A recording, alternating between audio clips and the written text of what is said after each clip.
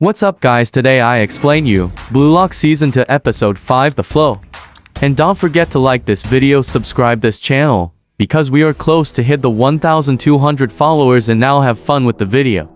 After a long absence, Ego finally reappears to reveal the selected players for team. He explains criteria for selection, naming Rin Itoshi as the top-ranked player in Blue Lock, which comes as no surprise given his exceptional skills and balanced ego. Rin is positioned as Blue Lock's best striker, most promising talent. Following tryouts, Ego finalizes the Blue Lock 11, a team designed to amplify Rin's strengths, making him their focal star striker. He then proceeds to unveil remaining roster.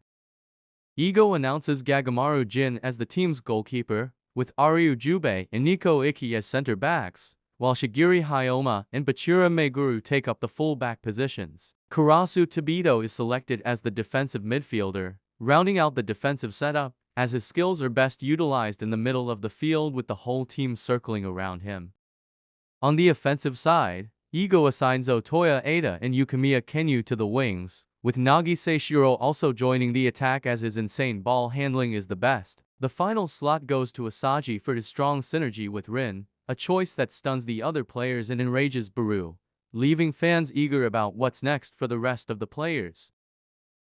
With the crowd surprised as to why Shido wasn't present or selected, Ego reveals that Itoshi Sai had set a condition to play against the Blue Lock players. He required one player of his choice from within Blue Lock. Sai chose Shido, wanting an untamed beast to satisfy his thirst for becoming the world's best, giving Rin even more reason to anticipate this career-changing match. Sei's and Shido's ambitious personalities become clear in their interactions with the U20 team members, showing their goals exceed typical players. It seems strikers dominated the game until Aiku intervened, putting Shido in his place by emphasizing the importance of defenders and the team's defense-based strategy, as it was shown their whole team is based around defense. The selected team members continue to train much like in the glory days of Season 1, offering a refreshing change of pace for the season. Although this episode had minimal action, the setup for the upcoming intense match is beginning to take shape as intended. Ego also uses the flow state analogy very effectively to drive a very important point home. There is a slim margin within which that state will occur, and it is hardly easy to get into. He made it relevant with real-life examples, such as role-play, showing fans that this concept applies beyond the realm of football. Since there was minimal action, fans can't criticize the animation much this time around. While the production team's promises are encouraging, concerns remain. The essence of Blue Lock lies in the U20 match, and given the current trajectory, there's hope that the next arc will live up to the manga's acclaim. As things stand, the show has only room to improve from here.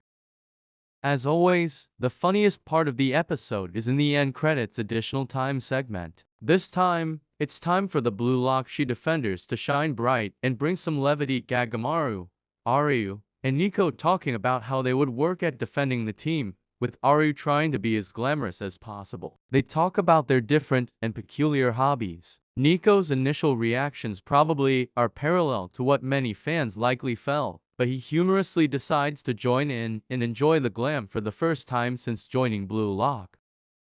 With the highly anticipated match of Blue Lock against U20 Japan, the series really gets down to the mentality of egoists and how each one of them is really different in their way of envisioning football. As the third selection arc concludes, the audience gets to see some of the fierce rivalries and motivational factors driving the cast. The latest episode is a plot point because it introduces the choice of the Blue Lock team and creates a ground for further conflicts. How this will be played out on the field for their next confrontation is very hyped by the fans. The episode begins with Timo winning every game, showing strength and collaboration by beating the competitors. The winning streak continues to grow, and tension mounts until Rin and Shido clash furiously since both of them want to be the one scoring the last goal. The fierce rivalry mounts, and the atmosphere becomes filled with competitiveness. Ego then steps in to intervene, using a shock on Shido to cool things down and restore order. It obviously goes uphill with intensity, promising more excitement and drama in the episodes to come.